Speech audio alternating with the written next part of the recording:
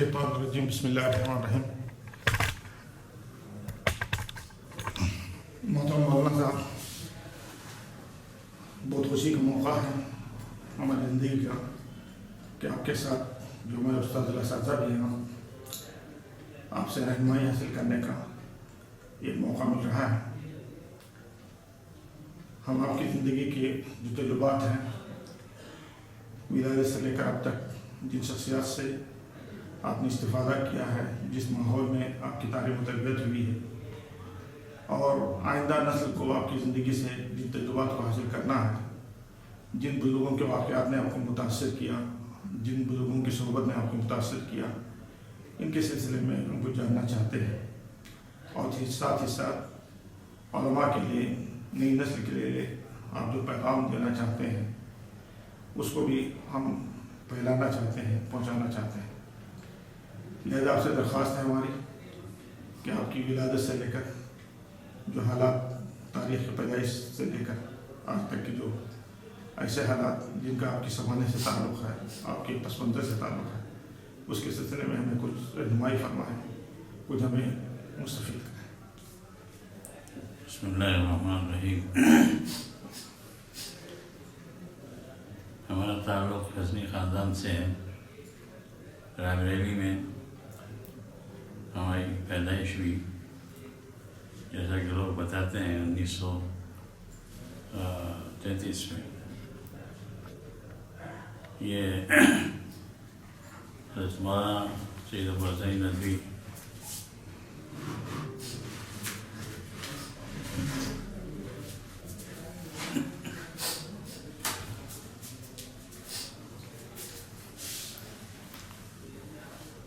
ہمارے ماموں ہیں، اور ان کی والدہ خیر النساء صاحبہ، ان کا مکان اور مکان چونکہ ملا رہا ہے، تقریباً ایک ہی مکان ہے، ایک دروازہ ہے بیچ میں آنے جانے کا، اس لیے بچپن سے لے کر اور ان کی حیات کے آخری دنوں تک انہیں کی تربیت میں ہم لوگوں نے زندگی گزاری۔ وہ پوری نگرانی کرتی تھیں بچپن میں بھی، وہ اور ہماری خالہ رحمۃ اللہ تسلیم صاحبہ، ان کی پوری نگرانی رہتی تھی۔ تو یہ ہمارے تربیت میں ان کا بڑا دخل ہے، جس میں اس کا خیال رکھا جاتا تھا کہ نماز کی پابندی کی جائے۔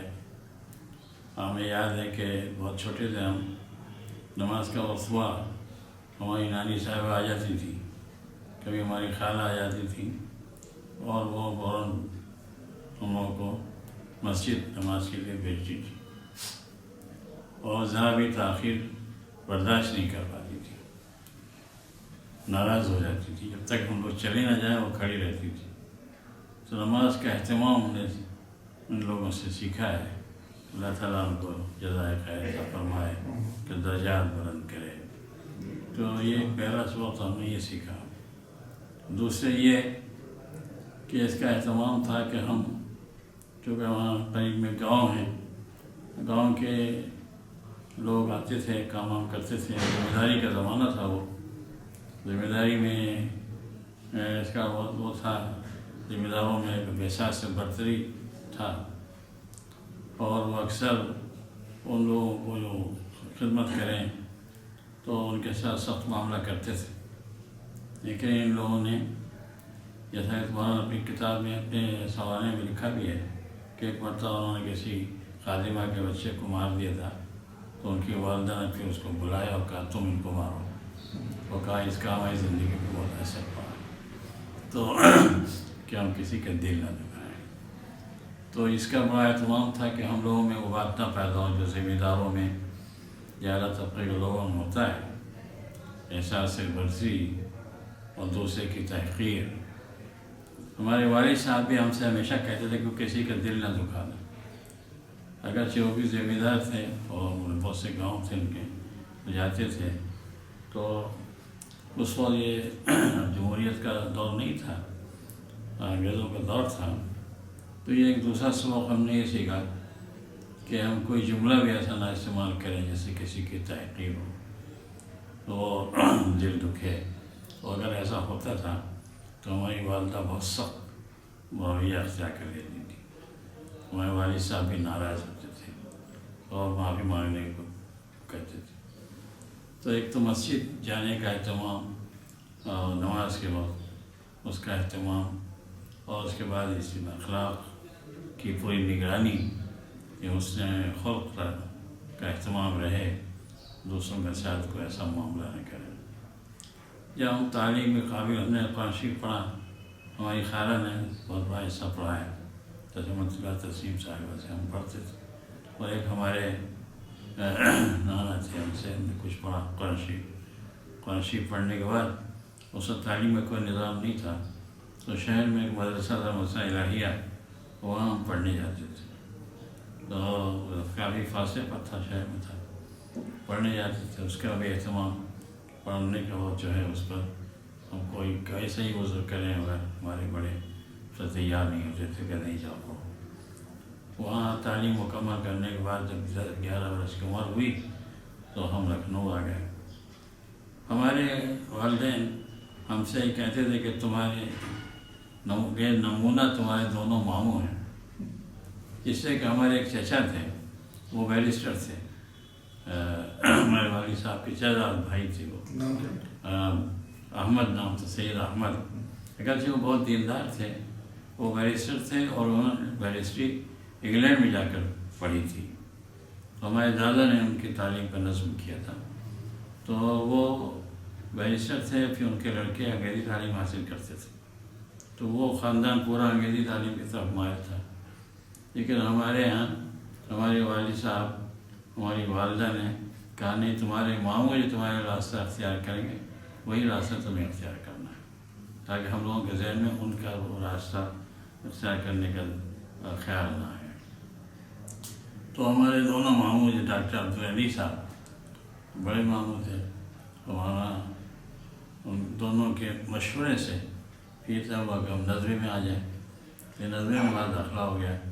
کس سال؟ تو غالباً سن 45 سے 46 میں یہاں ہم آ گئے. اس لیے کہ اس وقت ہماری عمر کا 11 سال کی تھی کہ ہم نظرے میں آئے. یہاں ہمارا داخلہ ہو گیا تو ہم نے پڑھنا شروع کیا. کس کلاس میں تھا؟ تو درجہ اول میں داخلہ ہوا، عربی درجہ اول اس وقت تھا. وہ جو ابتدائی مکتب کی تعلیم ہے وہ ہمارے پوری کر کے آئے. یہاں ہم عربی درجے میں داخل ہوئے. تو اس وقت ہمارے جو اساتذہ تھے اس سے مولانا محمد عمران خان صاحب ازہری تھے، جو ازہر سے پڑھ کر آئے تھے، وہ محترم بھی تھے. اور یہ سید صاحب کا زمانہ ہے، سید سلمان ندوی رحمۃ اللہ علیہ اس وقت معتمد تعلیم تھے. وہ تشریف لایا کرتے تھے یہاں اور اکثر درجوں میں چلے جاتے تھے اور سبق میں بیٹھ جاتے تھے. ہمیں کئی بار یاد ہے کہ وہ تشریف لے آئے. مولانا اویس صاحب قرآن شریف پڑھاتے تھے، قرآن شریف کا ترجمہ. تو وہاں سید صاحب تشریف لے آئے اور سید صاحب ان کی ایک تشریف پر ان کو متنبع بھی کیا کہ نہیں اس کا مطلب یہ ہوتا ہے، یہ بتاؤ. تو سید صاحب مولانا اویس صاحب اور سید صاحب کے شاگردوں میں تھے. تو سید صاحب تشریف لایا کرتے تھے اکثر، اور یہاں مہمان خانے میں ان کا قیام ہوتا تھا. بہت بار وہ جہاز میں، اور ان کا فائدہ یہ تھا سید صاحب کا کہ وہ صرف کتاب کی بات کرتے تھے یا علم کی بات کرتے تھے. تو آتے ہی وہ پوچھتے فلاں کتاب یہاں کتب خانے میں ہے یا نہیں، اور مجلس میں ان کی کتابوں ہی کی بات ہوتی تھی علمی. تو اس سے ایک علم کے احترام اور علم سے شغف کا ایک ذہن بنا. یہ ضروری ہے. آج کل ہم لوگ ہر وقت بیٹھ کے اخبار کی بات کرتے ہیں، سیاست کی بات کرتے ہیں، لیکن ہمیں یاد ہے کہ یہ اکابر جمع ہوتے تھے، صرف علم کی بات ہوتی تھی. قرآن کی کوئی آیت، اس پر بحث، کسی مصنف کا کوئی نقطہ اور حدیث. تو بہت ہی عجیب علمی ماحول تھا. تو وہاں عمران خان صاحب ازہری اور مولانا محبوب الرحمان صاحب وہ بھی ازہر سے پڑھ کر آئے، ازہری وہ پڑھاتے تھے. تو وہاں اس وقت یہ طریقہ تھا یہاں جو آج کے انگلش میڈیم اسکولوں میں ہے. تو اس وقت جب ہم نے یہاں داخلہ لیا تو عربی میڈیم یہاں کو میرا تجربہ تھا. کہ ہم سے کہا گیا کہ تم درجے میں گھنٹے میں اردو نہیں بولو، عربی بولنا ہے تمہیں، کچھ نہیں تو الف لام لگا دو عربی بن جائے گا، اور نہ ہو تو پوچھو کہ اس کو کیا کہتے ہیں۔ تو ان کا طریقہ یہ دوسرا کتابیں نہیں تھی، یہ قصص نبی بھی نہیں آئی تھی اور کوئی کتاب نہیں تھی، یہ بعد المحاورۃ العربیہ امام الرحمن صاحب کی کتاب چھپی، کیونکہ وہ اس کو زبانی پڑھاتے تھے، وہی کرتے تھے کہ بورڈ پر لکھ دیتے تھے۔ ایک بڑا سا کیس تھا، اس میں پھل رکھے تھے بہت سے، اور وہ پھل ان کو اشارہ کر کے بتا دیتے، کہا تھا تفاح ہوں ایسا موزوں، تو اس طرح وہ براہ راست بھی سکھاتے تھے، بولنے کی مشق کرتے تھے۔ تو ہمیں یاد ہے ایک مرتبہ آنے میں دیر لگی، تو ہم کو یہاں دیر پہنچے، تو مولانا عمران خان صاحب نے ہم سے پوچھا لماذا تأخرت؟ تو ہم اس وقت مولانا رابع صاحب کے ساتھ آ رہے تھے، ہمیں دیر ہوئی تو ہم نے کہا کہ وہ ہم سے پوچھیں گے کہ تو ہم کیا جواب دیں گے، تو انہوں نے کہہ دیا کہ کہہ دینا اخرتنی ساعہ، تو ہم نے کہا اچھا، تو ہم پہنچے تو اتباع سے انہوں نے سوال کر لیا لماذا تأخرت؟ ہم نے کہا اخرتنی ساعہ کاجلس، تو ہم بول پڑ گئے، تو اس جواب سے وہ مطمئن ہو گئے۔ تو ایسے ہی بہت سے موقع آتے تھے، تو ان کے طرف سے یہ حساب تھا کہ عربی ہی بولنا ہے یہاں، تو اس وجہ سے ایک فائدہ یہ ہوا، اچھا وہ لے جاتے تھے باغ میں، مولانا محبوب الرحمان صاحب باغ میں لے جاتے تھے، ہم نے اپنے مضمون میں ان کا تذکرہ بھی کیا ہے، باغ پہ میں لے گئے اور ان سے بتانا شروع کیا، ھذا حجر، ھذا خشب، ھذا ثمر، ھذا شجر، جو بھی چیزیں ہیں وہاں ہیں ان کو وہ بتاتے تھے۔ تو عربی کو ہم نے کتاب سے نہیں بلکہ واقعے سے سیکھی، اور دریا کنارے لے گئے، وہ دریا دکھایا، کہا ھذا نہر والنہر یجری، ھذا سمک السمک یسبح فی الماء، تو ھذا شاطئ النہر، یہ الفاظ ہم نے وہاں سے واقعے سے سیکھی، کتاب سے نہیں سیکھی۔